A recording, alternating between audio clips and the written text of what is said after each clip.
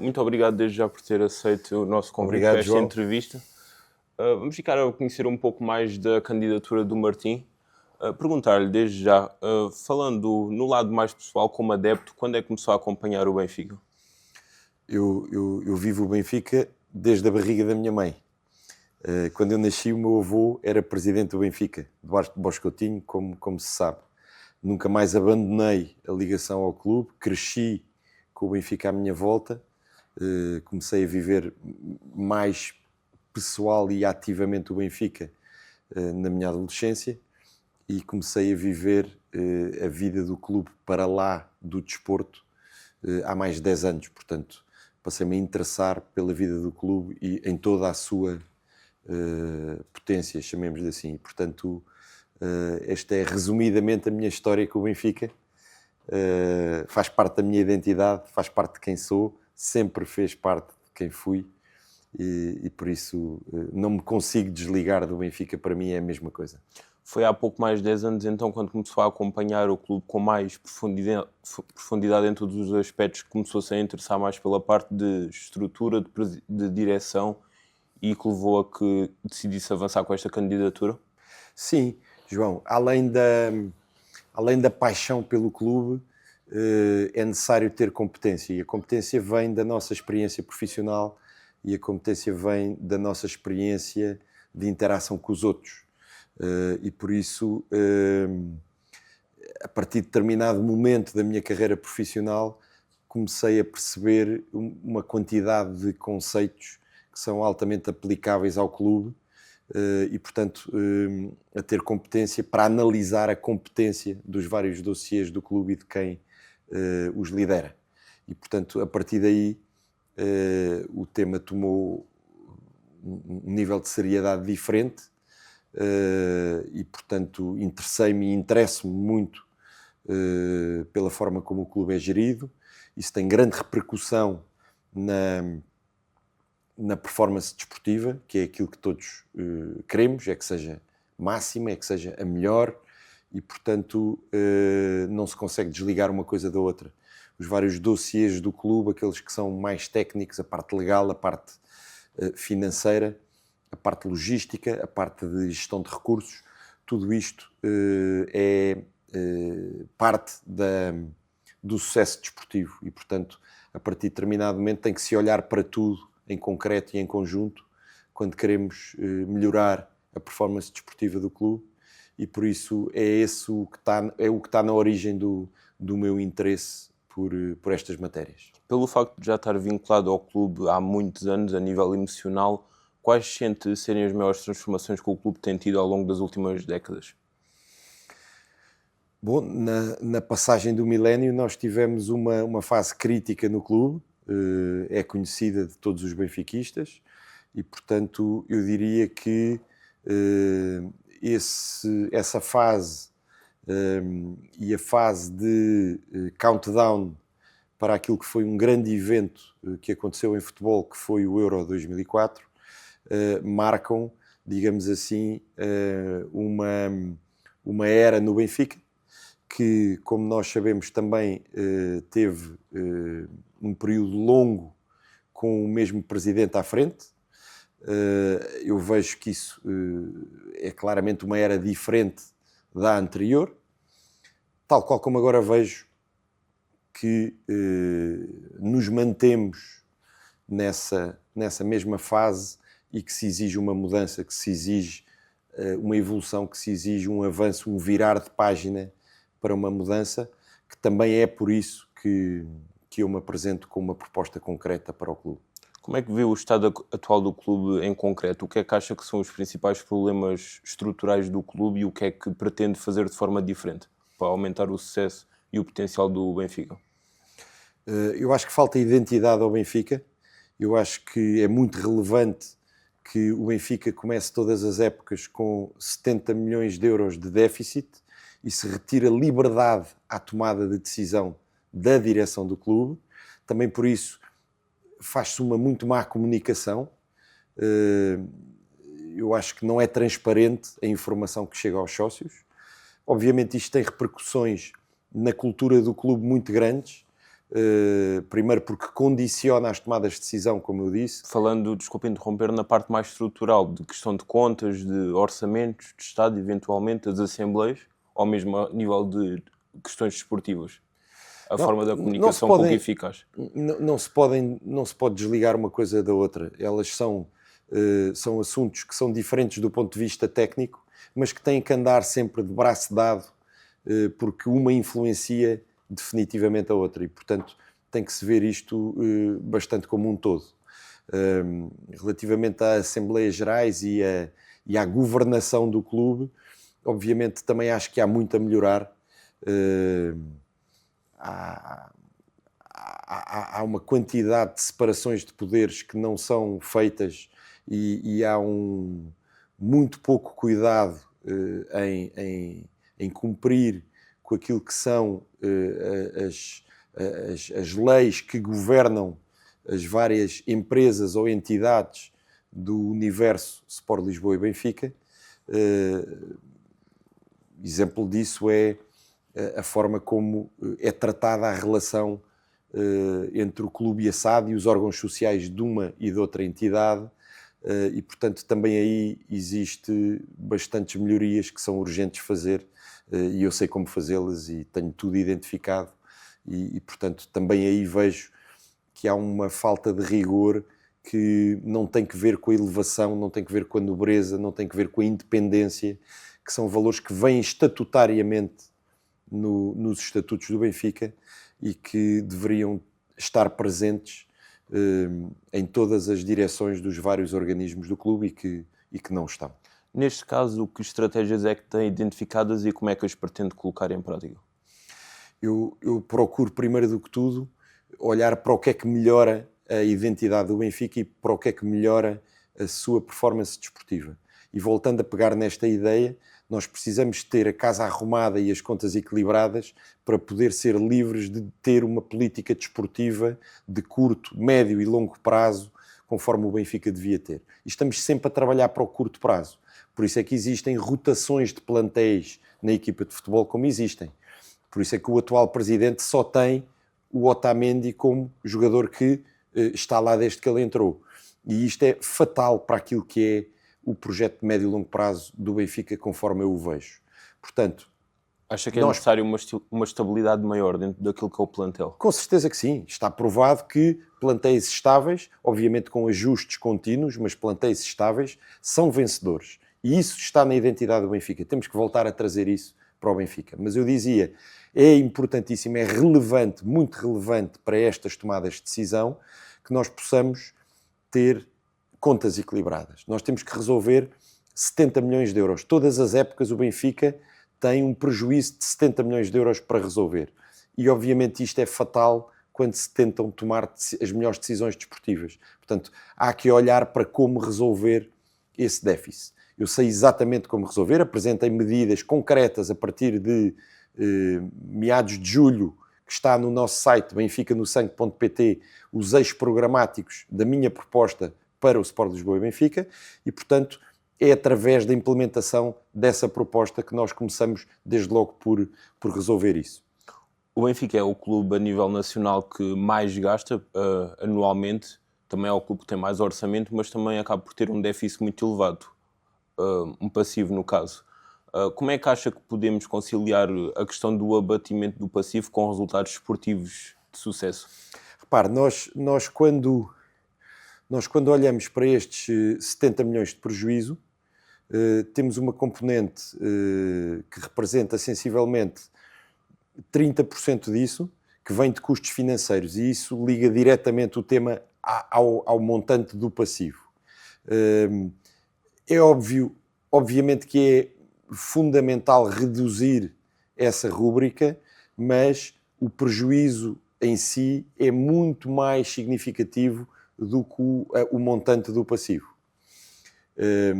Outra parte desses 70 milhões de prejuízo vem das amortizações dos jogadores que saem a custo zero. Ou seja, se o Benfica compra um jogador por 8 milhões ou por 10 milhões, e se ele a seguir sai a custo zero, esse prejuízo, chamemos-lhe assim, tem que ser amortizado, e todos os anos o Benfica tem, em média, sensivelmente 30 milhões de euros, 30 a 40 milhões de euros de amortização de passos de jogadores que saíram a custo zero.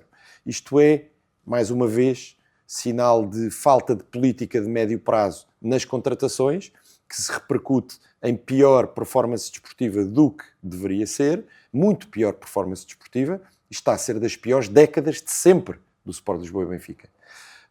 E além disso, num desequilíbrio financeiro que não permite gerir o clube conforme ele deveria ser gerido. Por isso é que vendemos os nossos melhores jogadores por urgência financeira e não por tomada de decisão estratégica. E isto faz a maior diferença, seja no valor que é obtido, seja no impacto que isto tem na performance desportiva do clube. E é isto que tem de ser alterado. Desta forma, como é que podemos formar plantéis competitivos e equilibrar a questão financeira ao mesmo tempo? Mais uma vez, está no meu programa a resposta ao... Então, como é que vai fazer isso? Eu já expliquei tudo. Eu tenho uma equipa competente, tenho uma equipa multidisciplinar e cada um com a sua experiência como empresários de sucesso, como pessoas com um percurso profissional de grande relevância e de sucesso, em conjunto sabemos resolver esse assunto. Desde o primeiro dia irei implementar não uma auditoria ao passado, mas uma auditoria ao presente do Benfica. Tem que se perceber como é que o Benfica funciona e o que é que pode ser melhorado em termos organizativos para se poupar em custos, para se motivar os colaboradores, para se pôr toda a gente a trabalhar em equipa em prol do mesmo objetivo. E, portanto, já anunciei, tenho uma parceria com o Instituto Kaizen, que está na origem de ter transformado a Toyota no maior construtor de automóveis mundial, porque vamos implementar um conjunto de medidas e uma filosofia que motivará todos os colaboradores do Benfica e, ao mesmo tempo, conseguirá vir a reduzir os custos do Benfica, que são, em média, entre 2017 e 2024, 162 milhões de euros, em sensivelmente 20%. Portanto, tenho o objetivo de o prejuízo de 70 milhões ser reduzido em cerca de 30 milhões proveniente de uma melhor gestão dos recursos do clube. Além disso, já falei no Benfica Global. E isto não é uma operação coração de que cada adepto dá 4 euros por mês, como já alguns órgãos de comunicação social anunciaram que eu disse. Eu não disse nada disso. Isto é um tema muito sério e é onde o Benfica tem o seu grande potencial. O Benfica tem 20 milhões de adeptos pelo mundo. E esses adeptos não só não conseguem viver o Benfica como gostariam, como o clube não lhes oferece nada. E nós, que estamos aqui próximos do estádio, pela paixão que temos pelo Benfica, nada que gostemos mais do que comprar um cascol ou do que oferecer a um filho que faz 10 anos uma camisola, a camisola nova da época, ou pagamos a televisão para ver o Benfica na televisão, ou arranjamos forma de estar em contacto com o estádio, seja quem tem Red Pass, seja quem procura bilhetes, para poder viver a nossa paixão que é o Benfica. Ora, a maior parte destes adeptos que vivem noutras zonas do mundo, porque o Benfica é um clube global, não consegue monetizar a sua paixão pelo Benfica. Não consegue gastar dinheiro pela paixão que tem pelo Benfica. Porquê? Porque o clube, até hoje, não se preocupou em estar mais próximo dessas pessoas através de ofertas que lhes permitam, onde estão, viver melhor o clube. E também gastar dinheiro com o clube. E nós temos aqui um projeto muito concreto. Vamos abrir operações em Angola, em Luanda e em Moçambique, em Maputo, onde vamos abrir estádios de transmissão dos jogos do Benfica, associado a um conjunto de empresas que permitirão a todos esses adeptos viver o clube nessas zonas e, ao mesmo tempo, associar a esses momentos cartão de sócio do Benfica Nacional, para Moçambique e para Angola, algo que está previsto que custa entre 1 e 2 dólares por mês. Vamos ter uma grande empresa, a maior empresa de pagamentos de África, nossa parceira do Benfica, e vamos ter um conjunto de outros parceiros, como bancos locais, cervejeiras, empresas de bebidas e telecomunicações, que têm todo o interesse em juntar-se a esta operação. Estas duas operações irão aportar ao Benfica, de uma forma conservadora, 30 milhões de euros por ano para os cofres do Benfica e permitirão a todos estes adeptos viver o Benfica de muito mais próximo e permitirão ainda transportar a marca Benfica para um nível completamente diferente. Expandir ainda mais para novos adeptos que Exatamente. pareçam. Além disso, temos, dentro dessa mesma proposta Benfica Global, iremos abrir escritórios de representação do Benfica nos Estados Unidos, no Canadá, na Suíça e em França. E iremos estudar os dados de todos os benfiquistas que vivem nessas zonas. São 7 as cidades que temos identificadas, com mais de 100 mil benfiquistas até 1 milhão de benfiquistas. É preciso, junto das casas do Benfica desses países, estudar e organizar os dados dessas comunidades de benfiquistas para depois, então, pôr em marcha um plano perfeitamente dedicado a cada uma destas comunidades que lhes permita viver melhor o Benfica e também monetizar a sua paixão pelo Benfica e, com isso, trazer uma vantagem financeira para um clube que tem tantos milhões de adeptos. Portanto, isto resolve o desequilíbrio financeiro. Sobre a identidade do Benfica, isto vai diretamente ao futebol e diretamente às modalidades. Relativamente ao futebol, nós já anunciámos, é uma medida nossa, ela já foi entendida como algo que faz todo o sentido, mas é uma medida nossa, de criar a posição do diretor-geral para o futebol do Benfica.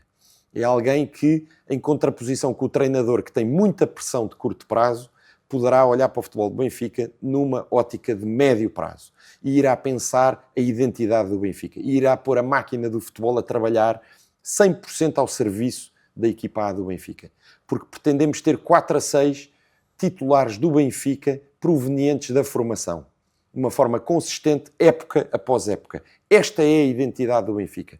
Nós temos a melhor formação do mundo e se não tivermos pressão para vender o nosso talento cedo demais, temos todas as condições para apostar nesta formação e pelos frutos que saem desta formação. E, portanto, queremos voltar a ter a coluna da Seleção Nacional de Futebol e queremos voltar a ter uma identidade no Benfica e no futebol do Benfica que passe por ter 4 a 6 jogadores que sobem da formação para a equipa principal consistentemente. Isto também tem impacto no scouting, que terá muito mais claros quais são os objetivos em cada época que terá que ter, terá que ir encontrar fora dos jogadores da formação talento especificamente para as posições onde temos mais lacunas e permitirá também criar aqui um ambiente completamente diferente na forma como a equipa A interage com os sub-23 e com a equipa B.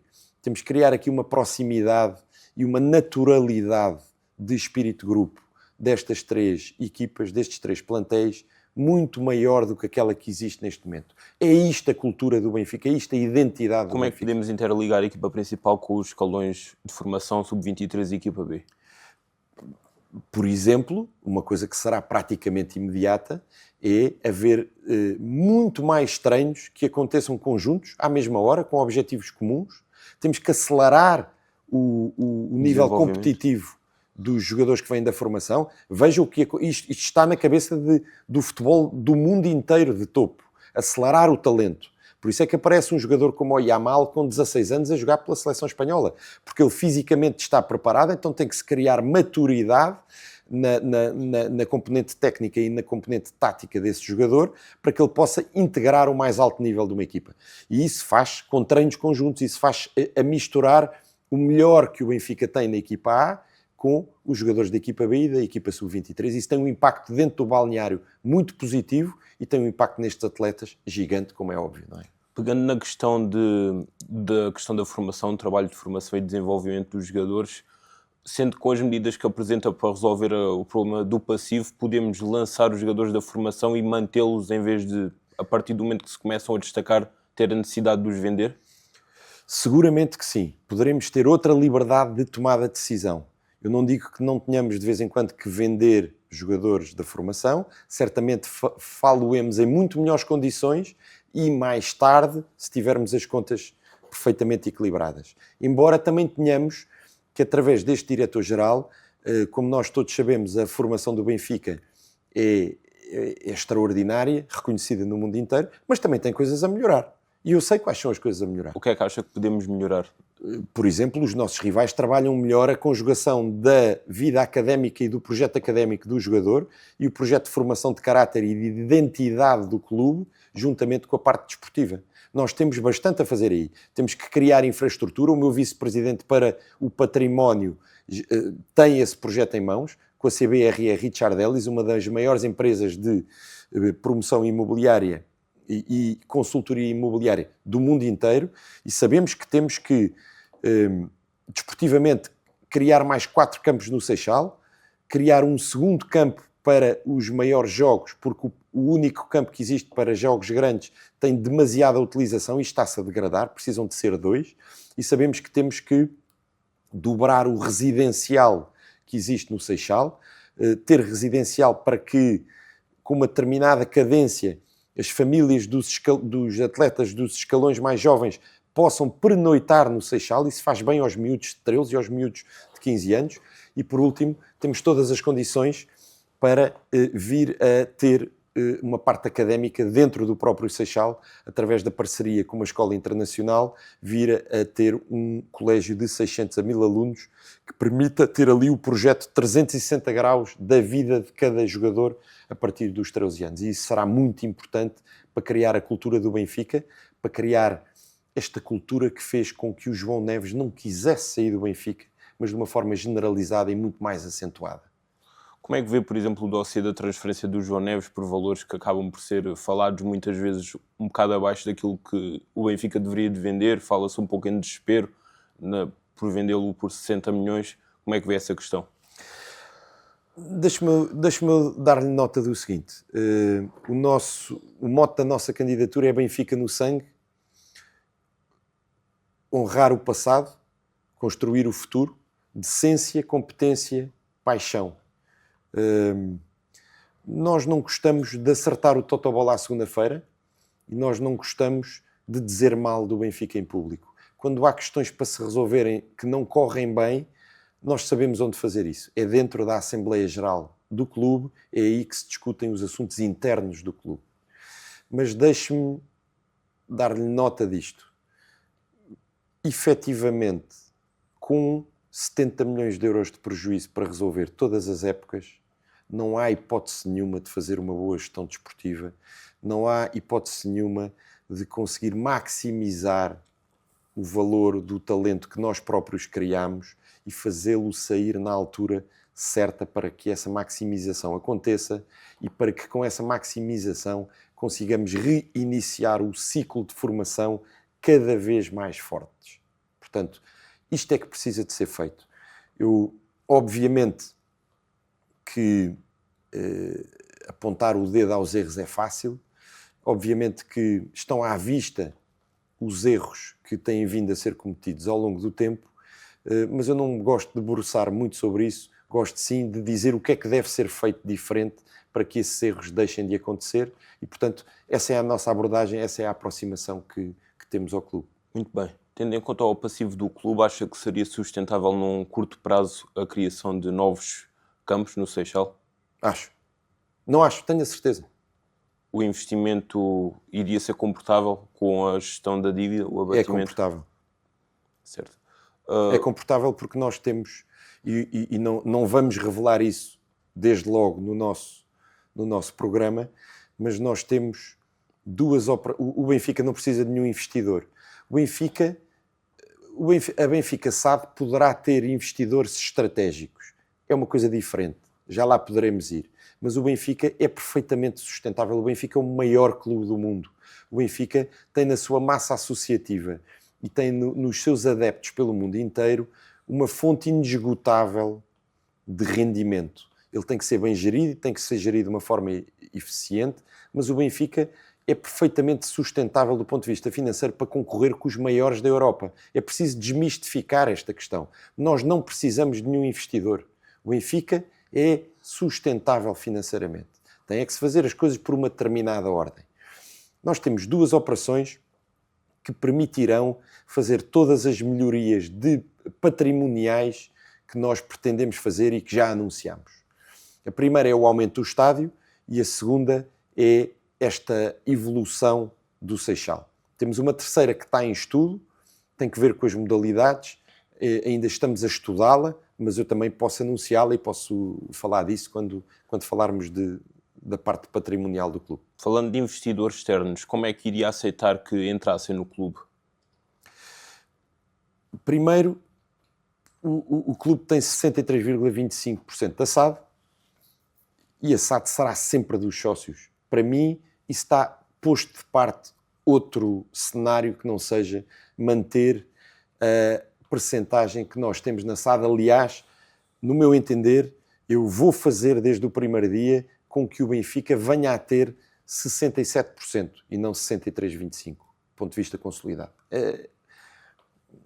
É uma percentagem pequena de diferença, mas há uma quantidade de questões de direito que não se põem nas sociedades anónimas desportivas porque o clube tem uma golden share, mas não fiando, o Benfica deve ter uma maioria qualificada e isso acontece com 67%. Nós temos que saber procurar os melhores acionistas estratégicos para ficarem com o restante de capital. E esses acionistas têm que ser entidades que, pela sua natureza, que pelo negócio onde estão presentes, que pela presença que têm a nível mundial, sejam multinacionais que aportem valor ao Benfica. Portanto, há vários passos aqui a dar e nós iremos desenvolver aí uma estratégia. Eu não quero, neste momento, passar algumas das ideias mais importantes que têm que ver com esse tema, mas uma coisa eu garanto: o Benfica, connosco, manterá a posição que tem ou passará a ter 67% da SAD. Além disso, há espaço para vir a ter até dois parceiros estratégicos, cada um deles com uma percentagem de 10%, perfeitamente compatível com que os sócios sejam os donos da SAD, sem qualquer sombra de dúvida, e depois deixar o resto para pequenos investidores, para os sócios e para estar em flutuação na Bolsa. Também aí se vê a falta de estratégia. A SAD do Benfica foi admitida à Bolsa em 2007 por 75 milhões de euros à data. À presente data vale 130 milhões de euros, ou seja, utilizando o fator de atualização, estamos na mesma. Os investidores não olham para o Benfica e não veem valor. Isto tem que mudar. Mas para isso tem que haver uma estratégia para a própria empresa que é Benfica SAD. Isso é possível de se fazer não abdicando de que a SAD seja efetivamente os sócios, mas precisamos trazer investidores estratégicos, acionistas estratégicos que sejam fulcrais para o desenvolvimento das receitas do clube. Como é que viu o projeto anunciado por outros candidatos da cidade do Benfica? Ouça, eu também gostava da cidade do Benfica, eu também gostava de ter a Torre Eiffel do Benfica, eu também gostava de tudo, o mundo inteiro do Benfica. Agora, os recursos são escassos. Se eles não estão a ser geridos como deve ser na atual situação do clube, com um projeto dessa dimensão e com o pouco estudo feito sobre o projeto, eu gosto muito da ideia. Eu gosto de ver o filme, eu vou ao site do Benfica, já vi 20 vezes o filme sobre o Benfica District. Primeiro, tem que haver um modelo de negócio e tem que haver parceiros desde o princípio, e para isso há uma quantidade de coisas que têm que estar definidas, nomeadamente os parceiros até no anúncio do próprio projeto. Porque o projeto terá que ter variações dependendo de quem é que eu trago como parceiro para o projeto. O Benfica não é um promotor imobiliário. O Benfica não é um retalhista. É preciso ir buscar as empresas certas para depois, em conjunto, fazer o shape certo àquilo que deve ser um projeto que possa ser viabilizado por todos em conjunto. Mas primeiro é preciso estabelecer essas parcerias, depois é preciso influenciar o projeto e depois é preciso pôr os arquitetos a trabalhar nesse projeto para que dê resposta àquilo que os parceiros vão assumir em termos de responsabilidade. Isso não está a ser feito. Acha que neste momento é um projeto com pouco planeamento e um pouco usado como campanha eleitoral? Acho. Além disso, os números divulgados não servem sequer para executar 50% do projeto. O projeto, só a olho, não custará executar 220 milhões, custará o dobro, sem prever o aumento da capacidade do estádio. Portanto, se prever também o aumento da capacidade do estádio, ainda será mais. Portanto, sim, acho que é eleitoralista e acho que gosto muito do boneco, mas é isso mesmo, é um boneco para as eleições. É uma ideia muito pouco viável neste momento, não é? Há outras prioridades. Repare, a mim preocupa-me muito ter 23 mil sócios que querem Red Pass e que estão e vão estar eternamente à espera. Eu preciso de resolver esse problema. O Benfica é dos sócios. Tem que ser sensível a isso. Portanto, isso para mim é prioritário. É prioritário fazer a Academia do Benfica não perder a vanguarda da Academia e fazer o projeto patrimonial de que eu lhe falei, aumento do residencial, criação de um colégio, aumento da capacidade desportiva. É absolutamente fundamental estudar, e para mim isso é prioritário face a um projeto como o Benfica District. E estou a estudar o assunto, é que os outros eu já tenho estudados. Eu sei como aumentar o estádio para 83 mil lugares. Eu sei a operação financeira que é necessário fazer para que isso não afete minimamente, nem num euro, o atual orçamento do Benfica. As coisas estão estudadas, é só uma questão de eu assinar a tomada de posse e pôr os assuntos a andar. Está encontrada a direção, estão encontrados os parceiros, sabe-se exatamente como fazer as coisas. A expansão do estádio é uma ideia de forma a comatar o tempo de espera nos Red Pass e a possibilidade para todos os adeptos poderem comprar os bilhetes assim que pretendem. Melhorará em muito a dificuldade que existe de acesso aos bilhetes e a poder ver-se o estádio. Ver-se os jogos no estádio, não é? Melhorará em muito. Eu estou a falar de um aumento de 15 mil lugares quando temos 23 mil Red Pass em espera. Estes 15 mil lugares não irão todos para Red Pass, irão sensivelmente 10 mil. Portanto, não resolve o problema por inteiro. Os sócios também têm que perceber que quem defende com mão de ferro os interesses do clube não pode dar resposta à totalidade da fila de espera. Terá que haver aqui consenso, mas tem que se aliviar drasticamente esta pressão, especialmente porque a progressão da lista de espera é grande. Cada vez há mais gente em lista de espera. Começaram por 10 mil, passou para 15, passou para 20, agora já vai em 23. Portanto, tem que se resolver isto. E por isso é prioritário para mim, face ao Benfica District, é prioritário as melhorias na Academia e será prioritário conseguir encontrar viabilidade financeira para lançar uma terceira linha de evolução patrimonial que será a criação de um campus para as modalidades. Eu quero fazer um campus para as modalidades. Tenho que estudar mais a operação. Estou a fazê-lo com a minha equipa. Seria extraordinário para o Benfica, traria qualitativamente as modalidades para um nível diferente, daria outra visibilidade e outra dignidade às modalidades do Benfica e seria uma grande bandeira que o clube, pela sua dimensão, teria todo o interesse e todo o direito de vir a ter. Para falar um pouco mais sobre esse projeto de um campus exclusivo para as modalidades? Nós temos as modalidades de pavilhão, temos o projeto olímpico e temos ainda outras modalidades. Temos que nos focar, primeiro do que tudo, nas modalidades de pavilhão e no projeto olímpico.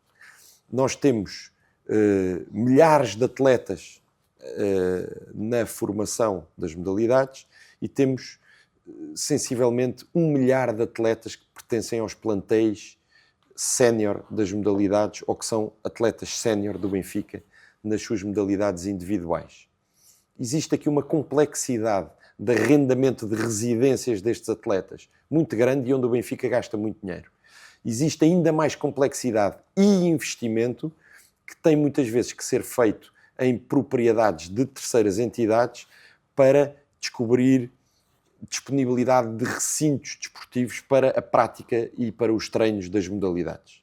Portanto, todos estes valores, todos estes gastos que o Benfica tem, poderão ser reduzidos e aquilo que eu estou a ver é em que escala é que poderão ser reduzidos para que viabilize um investimento num campus de modalidades que possa ser amortizado com a poupança que nós vamos fazer. Portanto, esse é o objetivo, é o que estamos a trabalhar em fazer e será um campus onde teremos não só arenas para as diferentes modalidades de pavilhão, como um conjunto de recintos desportivos para a prática de todos os desportos que fazem parte do ecletismo do Sport Lisboa e Benfica. Como é que vê o estado atual das modalidades? Acha que estão a ser negligenciadas, estão a ser bem trabalhadas? João, eu penso que também falta a mesma identidade que falta ao futebol. O Benfica tem uma grande infraestrutura, porque isto é uma infraestrutura complexa, mas é a maior. O Benfica tem os melhores formadores e os melhores técnicos. O Benfica tem o máximo conhecimento para poder ensinar as modalidades. O Benfica tem grandes atletas e grande talento que, com estes seus ativos, consegue trazer para as equipas sénior. Mas o que é certo é que, chegando aos plantéis sénior, há uma contratação como regra de atletas sénior para incorporarem os plantéis das modalidades sénior. Nós temos que fazer regra as equipas das modalidades do Benfica serem compostas pela nossa gente, pela gente que nós formamos. Há todas as condições para fazer isso, para que essa seja a regra, essa é a identidade do Benfica. Precisamos de comprar este ou aquele jogador. Com certeza, haverá sempre necessidade disso. Não pode ser a regra. E, portanto, temos que contar com a nossa gente, porque essa gente depois vai jogar noutros clubes. E, portanto, muitas vezes com mais sucesso do que no Benfica. Isto não pode ser. Têm que ser bem-sucedidos no Benfica. Por outro lado, temos que mudar aqui alguma mentalidade de balneário. Muitas vezes um atleta que vem para o Benfica, ele não só sabe que vai ter as melhores condições possíveis de treino, são ímpares as condições do Benfica, como vem com contratos de médio prazo por valores que ele sabe que ele não consegue obter em mais nenhum clube a nível nacional. Ora, nós temos que mudar isto. Os atletas terão que vir para o Benfica em condições iguais ao que os clubes que mais pagam aos seus atletas pagam. E em cima disso terão que perceber que vão ter objetivos. E esses objetivos serão títulos.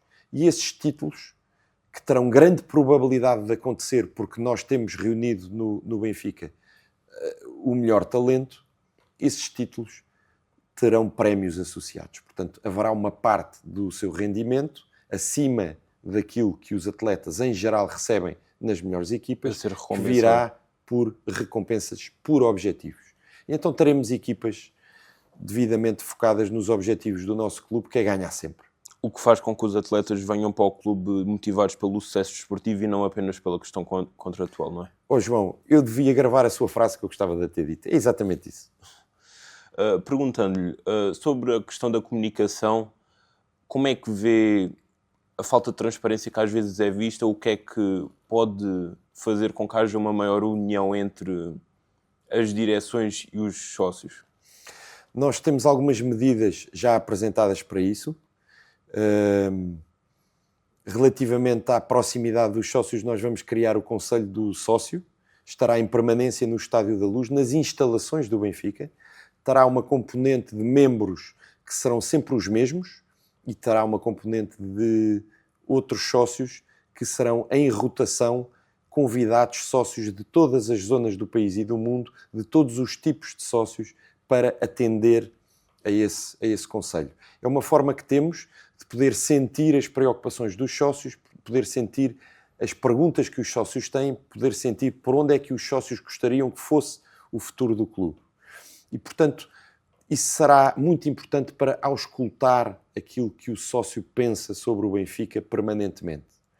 Depois temos, obviamente, que isentar e independentizar os meios de comunicação do clube.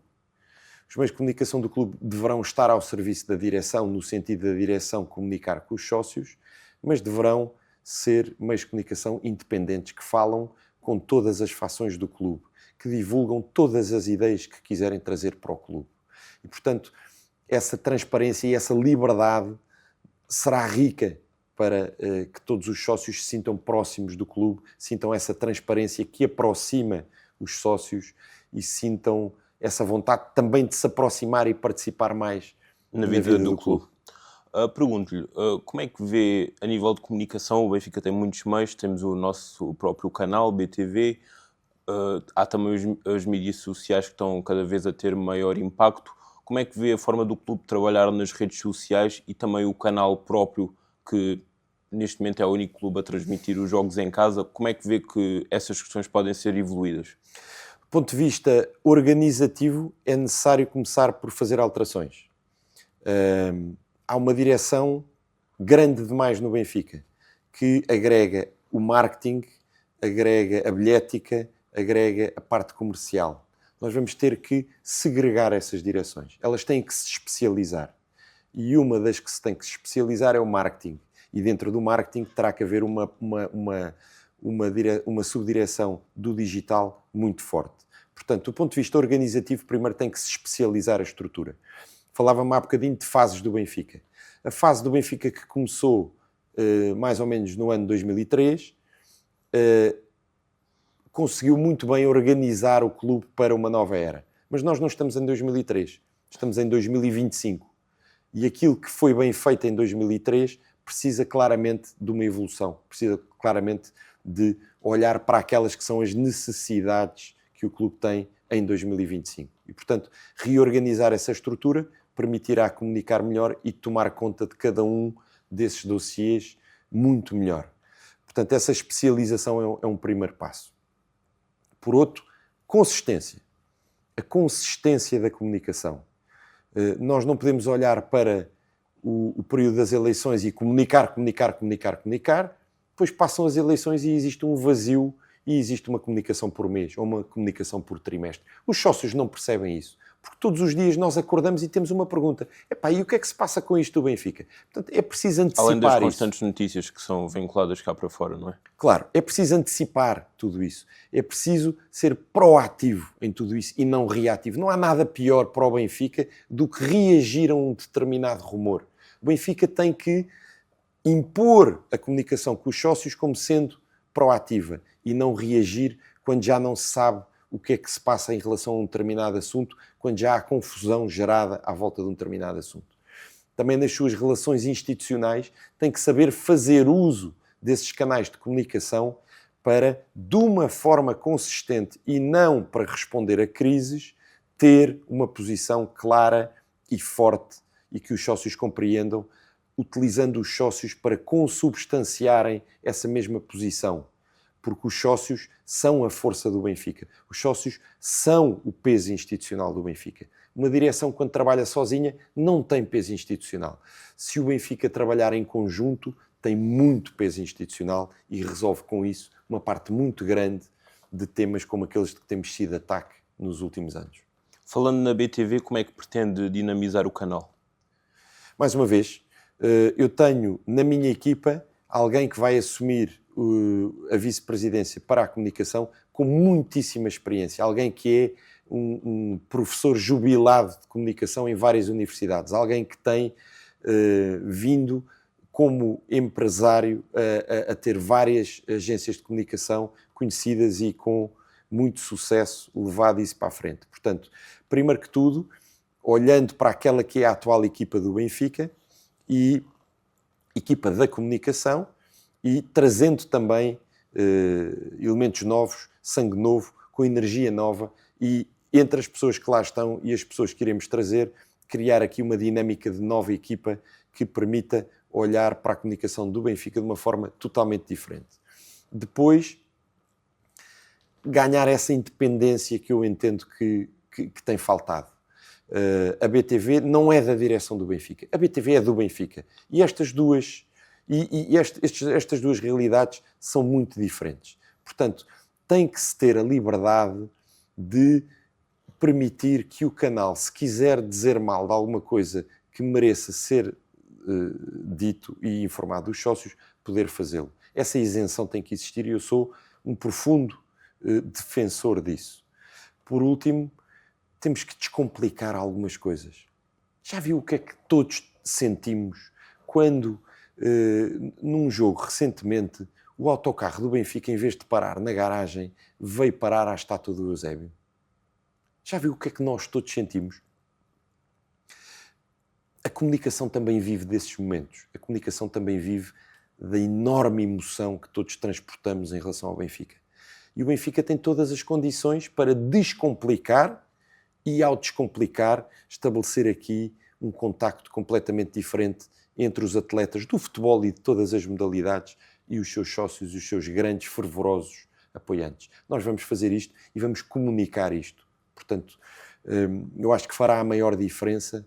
Todos os benfiquistas querem isto, todos os benfiquistas estão sedentos disto, porque isto foi-nos sendo retirado devagarinho, gradualmente, e nós queremos isto tudo de volta de uma assentada, e é isso que nós vamos fazer. Falando em reestruturação, acha que é preciso, mais do que um virar de página, uma limpeza completa do que tem vindo, dos profissionais que têm estado ligados ao clube nos últimos anos? Não acho que seja preciso uma limpeza completa, pelo contrário. Nós temos pessoas com 10, 20, 30 anos de casa que conhecem profundamente o clube e que têm, nesse conhecimento, uma vantagem muito grande para o clube. Como eu disse, nós trabalhamos com o Instituto Kaizen.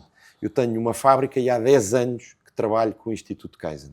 O Instituto Kaizen não despede uma parte das pessoas. Põe cada pessoa a saber exatamente o que é que faz, com que equipa é que trabalha, como é que essa equipa deve trabalhar, e ter tudo definido é meio caminho andado para a motivação das pessoas. Portanto, em primeiro lugar, nós vamos fazer isso. Seja com as pessoas que lá estão, que todos eles, sabemos nós, são, além de colaboradores do Benfica, fervorosos adeptos do Benfica, e, portanto, vamos trazer esta motivação adicional, vamos trazer esta nova energia e vamos reorganizar isto também em benefício de quem lá trabalha. Portanto, não é rasgar, está tudo mal feito para trás. Não, vamos, em cima do que está bem feito, vamos fazer melhor. Em cima do que está bem feito, vamos trazer esta nova energia. É isto que nós vamos fazer. Okay. Portanto, melhorar sem ter que apagar tudo, até porque há muita experiência. Deixe-me eu dizer-lhe uma coisa em complemento a isso, João. Eu e a minha direção somos competentes, mas temos outra característica transversal a toda a gente. É que somos frescos no Benfica. Estaremos novos a estrear no Benfica. Não temos amarras ao passado. Não temos rabos de palha. Não temos coisas que correram pior. Somos frescos para trazer esta nova energia para o Benfica e isso fará a maior diferença. O que é que acha que diferencia a sua candidatura face à de todos os outros candidatos? Decência, competência e paixão é algo que nós temos muito vincado. Esta frescura da equipa e a competência desta equipa, que irá sendo anunciada ao longo destes próximos 46 dias, é algo que fará a maior diferença. A coesão de trabalho desta equipa, ter uma só agenda, que é o Sport Lisboa e Benfica, fará a maior diferença. E deixe-me dizer-lhe outra coisa que tenho sentido. Não vejo em nenhuma candidatura a apresentação de uma ideia e ao mesmo tempo da explicação de como irá implementar essa ideia. Eu disse-lhe aqui como é que eu vou resolver os 70 milhões de prejuízo. Eu disse-lhe aqui como é que eu vou organizar o futebol do Benfica. Eu disse-lhe aqui uma quantidade de soluções, mas respondo ao como. E eu acho que os sócios devem fazer esta pergunta. Eu vou ter 2 títulos europeus nos próximos anos. Ok, mas como? Eu vou fazer o Benfica maior. Ok, mas como? Eu estou a explicar como é que eu quero tratar o Benfica com medidas concretas, como o Benfica Global, como o Kaizen Institute, como o Diretor-Geral do Futebol, como os avanços patrimoniais dedicados aos sócios e ao desporto que o clube pratica. Eu estou a explicar como. Eu não vejo em nenhuma outra candidatura o como é que vão fazer as suas medidas. E até tinha interesse em ver, pode ser que tenham ideias, que saibam como implementar e que eu ainda nem a mim nem à minha equipa tenha ocorrido. Eu gostaria que, já que temos 6 candidaturas, que são sinal da vitalidade do clube, eu gostaria de ver consistência nessas candidaturas e que as suas ideias respondessem ao como. E a minha candidatura responde ao como, é questão de ir ver o nosso site, é questão de ouvir os filmes que temos divulgado, é questão de ouvir entrevistas como esta, onde explicamos exatamente o que é que vamos fazer. O Benfica teve um virar de página inevitavelmente em 2003, sendo que nos últimos largos anos tem estado um pouco afastado do sucesso desportivo e hegemonia a nível nacional. Em que momento é que acha que o clube começou a voltar ao passado e a deteriorar-se face à evolução que estava a ter? Nós temos uma cultura de vitória. Nós não podemos... os nossos altos e baixos não podem ter baixos desta natureza. volto a dizer, não vamos só dizer mal do passado, mas o que é certo é que nos últimos 35 anos ganhámos 10 títulos, nos últimos 5 anos ganhámos um título. Isto não serve ao Benfica. Não serve ao Benfica. E as medidas que eu apresento, com o como, mudarão esta realidade. É por aqui o caminho de futuro. E, portanto, existe-se uma mudança. Esta que é a verdade. Existe-se uma mudança. Os sócios não podem votar no mesmo e querer que o futuro seja diferente. Os sócios têm que perceber que votar no mesmo é querer o mesmo para o futuro. E, portanto, esse é o meu apelo, é que as pessoas percebam que o Benfica tem que mudar, porque nós queremos ganhar. Queremos muito ganhar muito. E com a implementação da proposta que nós trazemos para o clube, isso não será uma prioridade e, ao mesmo tempo, será uma consequência de todas estas medidas implementadas em conjunto. E eu estou profundamente seguro disso, tenho responsabilidade no meu nome e estou aqui porque sei que é a melhor proposta para o Benfica. O meu mandatário é o Sr. António Simões, a maior figura viva do clube, porque ele sabe que é a melhor proposta para o futuro do Benfica e é por isso que estamos convictamente a apresentar isto aos sócios do Benfica. Além de um objetivo, acredita que é um cenário viável a curto prazo o Benfica conseguir voltar a criar uma hegemonia a nível nacional? Pode definir curto prazo? Nos próximos 4 anos, por exemplo? Com certeza que sim. A minha proposta tem medidas que são imediatas, que acontecem no primeiro dia, que são disruptivas, e tem outras medidas que são culturais e que têm que se implementar ao longo do tempo. A conjugação destes dois tipos de medidas começam logo a transformar o clube. E, portanto, eu acho que têm todas as condições para, desde a época seguinte, fazerem-se sentir de uma forma muito vincada e nunca mais desaparecer isso. Acredita que para esta temporada ainda é possível colocar essas ideias em prática? Acredito, com certeza. Eu espero que quando cheguemos às eleições não tenhamos perdido um único jogo.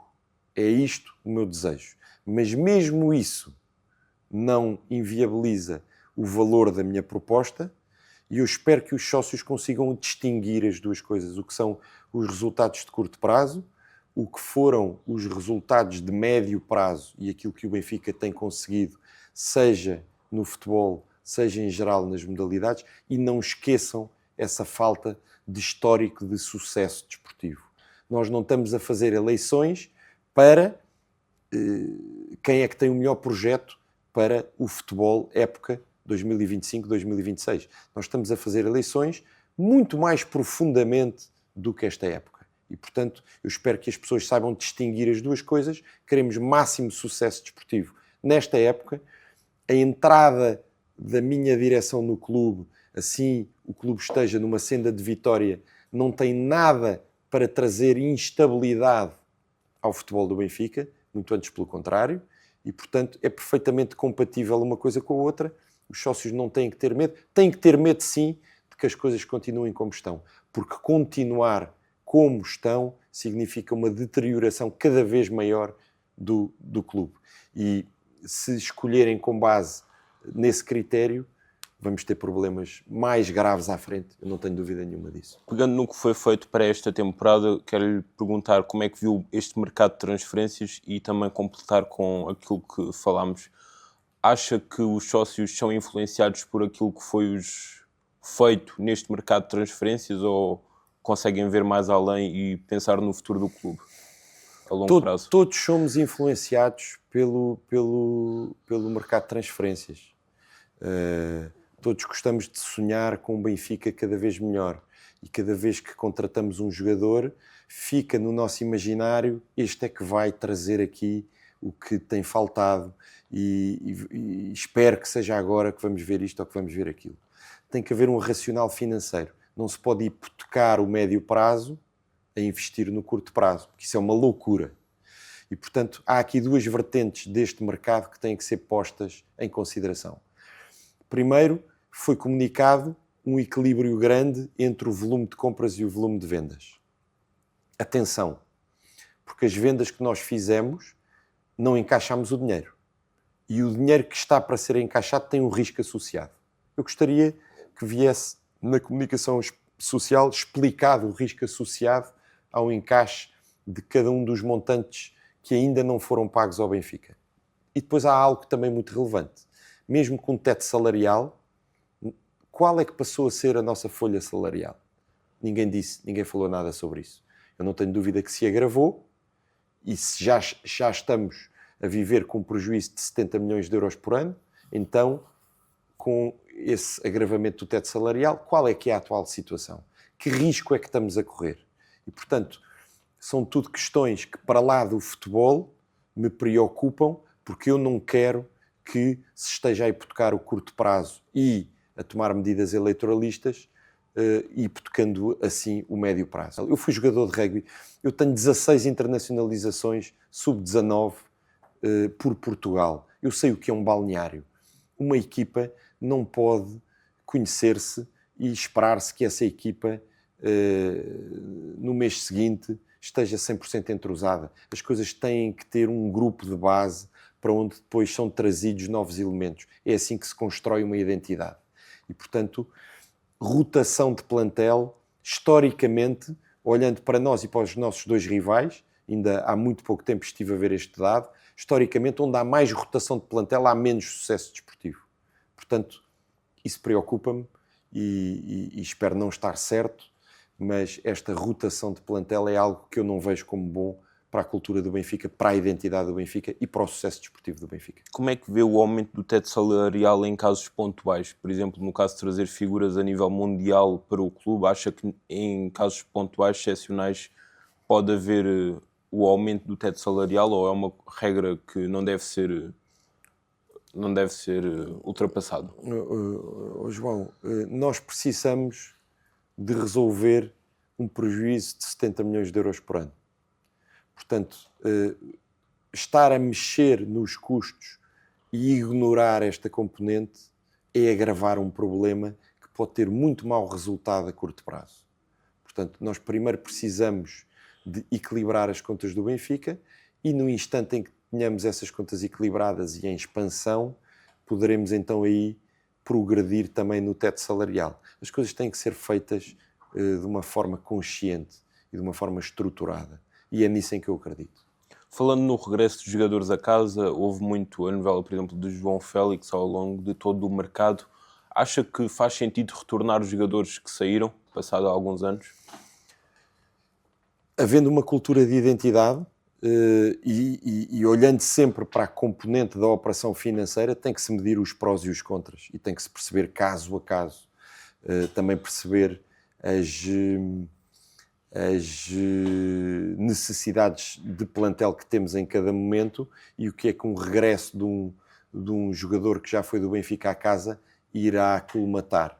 Mas deixe-me dizer-lhe, à parte dessas questões, teoricamente e de uma forma genérica, eu vejo sempre com bons olhos para a cultura do Benfica, para a identidade do Benfica, atletas que foram nossos terminarem a sua vida desportiva outra vez no clube, é algo que eu vejo sempre como interessante e bom para aquela que é a identidade do Sport Lisboa e Benfica. Pergunto-lhe, num espaço de 4 anos, quando teremos as próximas eleições, que medidas é que espera já terem sido colocadas em prática e resultados visíveis? Todas. Todas as medidas. Mesmo a médio e longo prazo, acha que já... Todas as medidas. Isto não é para brincar. Eu não venho para o Benfica passar 20 anos. Eu venho para o Benfica fazer 2 mandatos. É o que eu quero fazer. Isto é para começar a trabalhar no primeiro dia com uma dinâmica nunca vista. E para nunca mais parar essa dinâmica. E depois para me ir embora cansado. Ao fim de 8 anos, certamente que aparecerá novas propostas de novos sócios a quem eu terei seguramente o prazer de dar um aperto de mão e desejar a melhor das sortes para continuar com o futuro do Benfica. Tem decidido a ideia de fazer apenas 2 mandatos? Sim.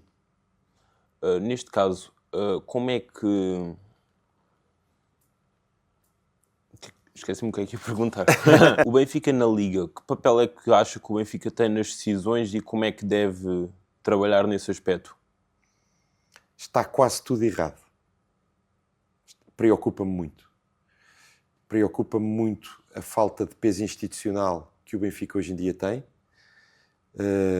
Acho que os sócios devem pensar sobre isso quando tomarem a sua decisão de voto. Isto é algo que tem muito a ver com a forma como a direção comunica com os sócios, como a direção conta com os sócios, não a 3 meses das eleições, mas de uma forma consistente, porque o peso institucional do Benfica, o Benfica é o maior movimento social e cultural de Portugal. Nós temos que saber fazer com que todas as entidades nunca se esqueçam disto. Todos os dias, quando acordam, lembram-se disto. E se isso for feito, eu sei como fazer isso, resolve quase todas as situações onde têm maltratado o nome do Benfica. Para isso é preciso ter uma equipa que saiba liderar e consistentemente desenvolver um trabalho junto dos sócios e junto das várias entidades que não tem sido desenvolvido. Mas mais do que tudo, primeiro do que tudo, é preciso ter o peso institucional que a nação benfiquista dá ao Benfica. Não quero desenvolver, mas, por exemplo, nos direitos televisivos e na centralização de direitos televisivos, é algo onde nós podemos muito bem mostrar quem é que é o Benfica. E se soubermos mostrar quem é que é o Benfica, eu garanto-lhe que todas as entidades que estão envolvidas no futebol nunca maltratarão o Benfica. Acha que o nome do Benfica tem sido desvalorizado e pouco respeitado a nível nacional por parte da Liga? Acho. Pergunto-lhe, está numa altura de campanha, uma altura muito exigente. Como é que tem sido o dia-a-dia durante este período? Muito motivante. Eu estou 100% dedicado à apresentação da minha proposta para o Benfica aos sócios e à evolução do trabalho necessário fazer em cada proposta para que no dia de tomada de posse estejamos em plenas condições de iniciar a sua implementação. Tenho feito com muito empenho, muita convicção, muita seriedade, com uma equipa que também tem dado tudo por estes meses e tenho divertido muito também, tenho aprendido muito sobre o Benfica, tenho aprendido muito com os sócios com quem tenho falado, seja em Portugal, por todo o Portugal, seja pelos outros países, e isso tem sido para mim muito enriquecedor e comovente. No momento em que estamos a falar, falta 1 mês e meio para as eleições, que trabalho é que falta desenvolver durante este tempo? Relativamente à minha proposta, fazer chegar a mensagem a todos os sócios do Benfica. Esse é o grande desafio. Como sabemos, eu não tinha exposição pública, portanto, tenho que fazer chegar a minha proposta a todos os sócios do Benfica e estamos empenhados nisso, temos uma estratégia para isso, contamos também com que todos os candidatos se proponham vir a debate, venham debater as suas ideias. Se há uma coisa que eu estou a ver mal, eu gostaria de ser convencido por outro candidato que o caminho para o Benfica é melhor de outra forma.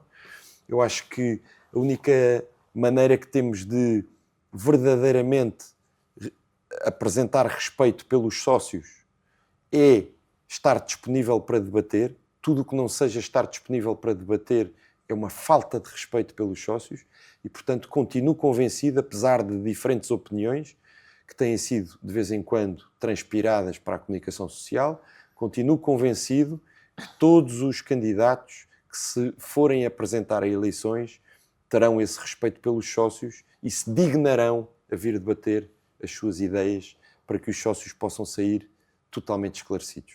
O facto de, neste momento, ter, se calhar, menos exposição mediática face a outros convidados, a outros candidatos, acha que pode ter peso nos resultados das eleições? Estou a contrariar isso, não é a cada dia, é a cada minuto. Portanto, há 3 meses seria uma vantagem maior que teriam face à minha proposta. Daqui a 46 dias, espero que essa vantagem tenha desaparecido. Falámos nas propostas de outros candidatos, estar disposto a ouvi-las. No caso de perceber que outro candidato teria uma proposta interessante, em algum momento iria ponderar fazer alguma coligação? Sei já que, por aquilo que é a minha proposta, ela exige-me ir a eleições. E, portanto, é isso que eu vou fazer. Ou seja, era um cenário que estava descartado desde o início. Está descartado desde o início. Como é que vê a questão da SAD, conflitos de interesse, como é que podemos resolver essa questão? Cumprir os estatutos do clube e cumprir os estatutos da SAD. É fácil. É muito. É mesmo muito fácil. O que é que tem que existir para isso? Acha que é necessário alterar os estatutos? Acho que não. O que é que tem que existir para isso? Repare, tem que existir a mesma competência em cada uma das organizações. O clube tem que ter uma competência financeira, a SAD tem que ter uma competência financeira. Não faz sentido nenhum que na Assembleia Geral do Sport Lisboa e Benfica Clube, quem apresente o orçamento do clube seja o financeiro da SAD, que não foi eleito pelos sócios do Sport Lisboa e Benfica. Não poderia estar dentro da Assembleia Geral do Sport Lisboa e Benfica. Isto são questões básicas da vida empresarial e não são respeitadas no Benfica. Se nós olharmos para o que vem escrito do ponto de vista formal de cada uma destas empresas, é questão de cumprir. Isso é fácil. Falando no papel dos sócios, como já falámos ao longo da entrevista, acha que relativamente aos estatutos, o poder dos sócios devia ser aumentado? Assim de cabeça, eu não vejo onde os sócios não tenham efetivamente uma palavra decisiva a dizer na vida do clube. Mas se quiser ser mais específico na sua pergunta, eu talvez possa ter uma opinião mais incisiva também. Não sei, acho que o facto de, se calhar, da direção estar mais próxima do sócio, de falar mais, transmitir aquilo que falámos há pouco, ser mais proativo e menos reativo, já daria aos sócios maior capacidade de estar dentro da vida do clube? Sim, com certeza que sim. As grandes decisões patrimoniais do clube já envolvem estatutariamente os sócios e, portanto, os sócios têm a última palavra a dizer. E eu acho que esta recente revisão dos estatutos, além de ter atualizado os estatutos para a realidade de hoje em dia, manteve essa preocupação e, portanto, estamos garantidos por isso. Relativamente a questões da vida do clube, obviamente há aqui um mandato que é entregue à direção que toma posse. Cabe a essa direção saber comunicar com os sócios e manter os sócios próximos para que, como eu dizia, o peso institucional do Benfica enquanto o maior clube do mundo e o maior movimento social e cultural do país se repercuta ao longo da vida desportiva do clube. Portanto, temos é que saber fazer isso para que o peso dos sócios esteja sempre presente em quem olha para nós. E isso, sem dúvida nenhuma, que há muito a melhorar. Falou na forte aposta que quer implementar nas modalidades. Acha que um coordenador geral para as modalidades de modo geral faz sentido? É uma ideia que tem? Eu pretendo ter 2 coordenadores gerais de modalidades debaixo da vice-presidência para as modalidades. As modalidades são organizacionalmente complexas, logisticamente complexas, ainda por cima, de modalidade para modalidade, existe um conjunto de especificidades muito próprio e, portanto, uma tomada de conhecimento profundo, como precisamos de ter sobre todas as modalidades, não pode estar concentrada na pessoa de um vice-presidente. Portanto, eu entendo que deva haver um segundo nível de hierarquia acima das secções de cada modalidade que segrega essas modalidades todas para que um perceba mais, digamos, sobre as modalidades olímpicas, para que outro perceba mais sobre as modalidades de pavilhão e, portanto, possa estar mais especializado nessa vertente e, ao mesmo tempo, seja uma task force, juntamente com o vice-presidente das modalidades, para dar resposta a toda esta complexidade. Delegar assim tarefas para que as pessoas estejam focadas. Sejam mais especializadas, Certo. exatamente. Para concluirmos, uma mensagem final para os benfiquistas. Estas eleições são o momento mais importante e mais decisivo para o clube dos últimos 20 anos. E eu gostaria de convidar cada sócio a envolver-se a fundo como benfiquista naquela que é a proposta de cada candidato, a ponderar muito bem o seu voto, porque é o seu voto que vai decidir o futuro do Benfica. E, portanto, não se foque só se a bola entrou ou não entrou, são coisas diferentes. As eleições para o Benfica não são para esta época sermos campeões ou deixarmos de ser campeões. Queremos ser campeões e, portanto, temos que olhar para estas eleições como sendo decisivo para o futuro do clube. São 4 anos que estão em causa, é preciso ter capacidade de gestão, é preciso saber trazer de volta a identidade e a cultura do Benfica, e isso não tem a ver com o sucesso desportivo desta época. A minha mensagem para os benfiquistas é que eles percebam esta diferença e que se envolvam a ler os programas e a proposta de cada candidato para estarem profundamente esclarecidos e para que o seu voto seja de facto consciente e percebam que esse voto vai ser decisivo naquele que vai ser o futuro do Benfica. Muito obrigado. Obrigado. Foi isto a nossa entrevista com o Martim Maier. Espero que tenham gostado. Muito obrigado.